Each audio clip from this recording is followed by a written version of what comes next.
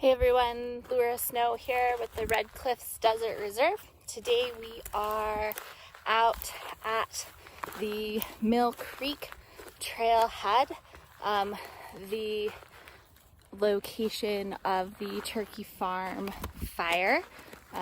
We are out doing some tortoise surveys, looking for injured tortoises, looking for deceased tortoises, and just trying to get an idea of what sort of impacts the fire has had on our tortoise populations out here.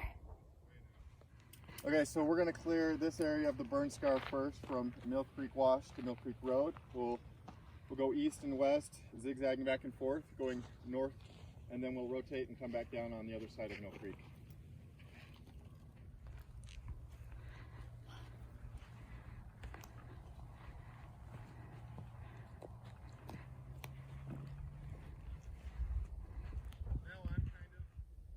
So from where we're at, you can see the newest construction out there at Green Springs, and up the hill there, that is the Ice House Trail, and in the middle ground, the Middleton Power Line Trail, and we are headed over toward Mill Creek and Washington Hollow. The Mill Creek Road is right out here, and then Bone Wash and the canyon up to Elephant Arch are there.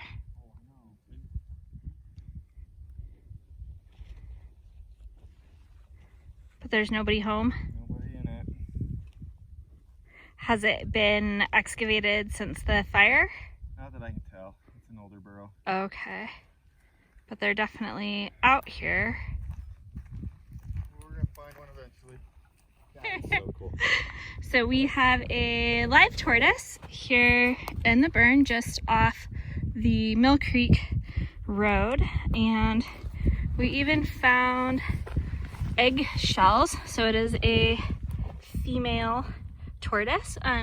Doesn't appear to have any injuries. She's a good sized female in the burrow. Our trail steward Dan is gonna see if we can get her on video. No, but you'll just have to trust us that she's in there. She is uninjured, and not too far to travel to get some forage as well. So one of them's okay out here. We got hope, hopefully.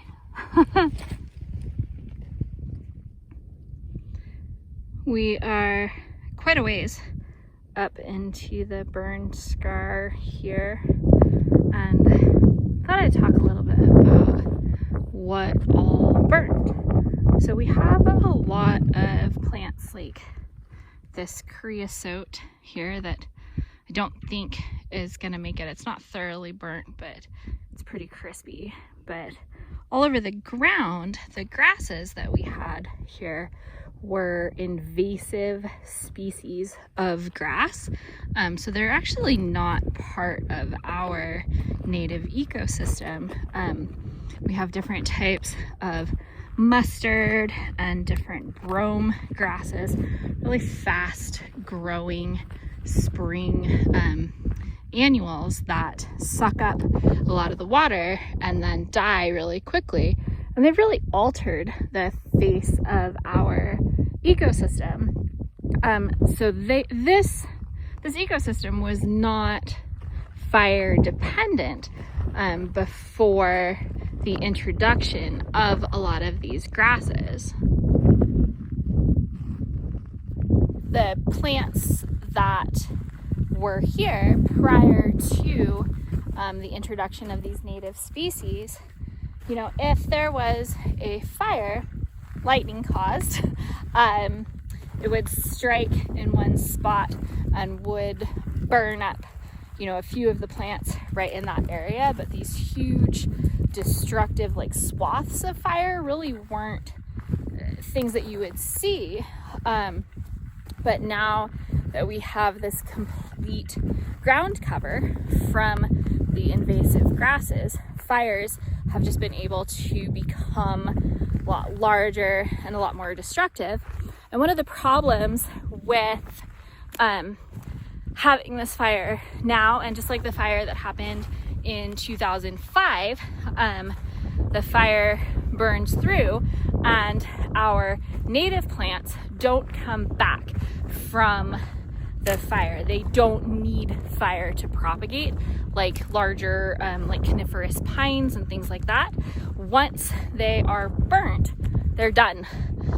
So now, you know, once we get a little bit of precipitation, the native plants aren't coming back, and we're just gonna have a lot more proliferation of the invasive plants. So we hopefully will be able to work on some projects to regrow some of the native plants like the globe mallow and the creosote and the brittle brush in an effort to reduce the amount of invasives that grow out here. I should probably turn my camera off before I fall off a cliff there. So I'll come back if we find any more tortoises. Well, it's not a tortoise. This little guy scared the heck out of me. Let's see if we can zoom in here. Little Coachwhip there. Little, I mean, it's a few feet long. It's beautiful. It looks like it's doing just fine out here, and it's long gone. I keep marking the burrows that I find in our mapping system, and we use our phones to mark things, and my phone keeps auto-correcting burrow to burrito, so my map system is filled with active burrito. Very cool. That's deep. We've got another healthy, good burrow tortoise, and this one has chosen a good spot. We are right next to Mill Creek, so as soon as we get some water, he won't have far to go to get a drink and some good grasses. So this guy has chosen a good spot.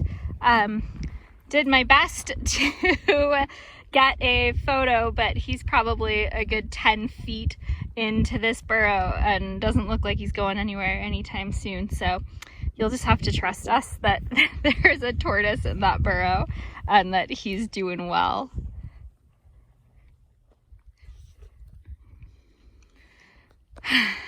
We have our first casualty of the day. It looks as though it just wasn't deep enough in its burrow when the fire came through. This tortoise has been filed, so we will be able to look at about its age and when it was originally noted as being out here in the reserve. It is a small adult tortoise, and yeah, it looks like it just wasn't deep enough down in its burrow. It's too bad. Whew, it is getting hot out here. We're headed back to the trucks. Our group found 4 live healthy tortoises with viable forage nearby, and Mike, our biologist, had another group, and they also found 4 healthy tortoises and 1 deceased tortoise. So 8 healthy tortoises that look like they are going to be okay, and 2 deceased, so we're not doing too bad. I want to say thank you to our trail stewards and volunteers that showed up today to come out and help us do these surveys, and we will keep you guys posted as we continue our surveys and get a better idea of what the future of these burnt areas look like. So thank you so much for joining us today, and we will see you soon. Bye.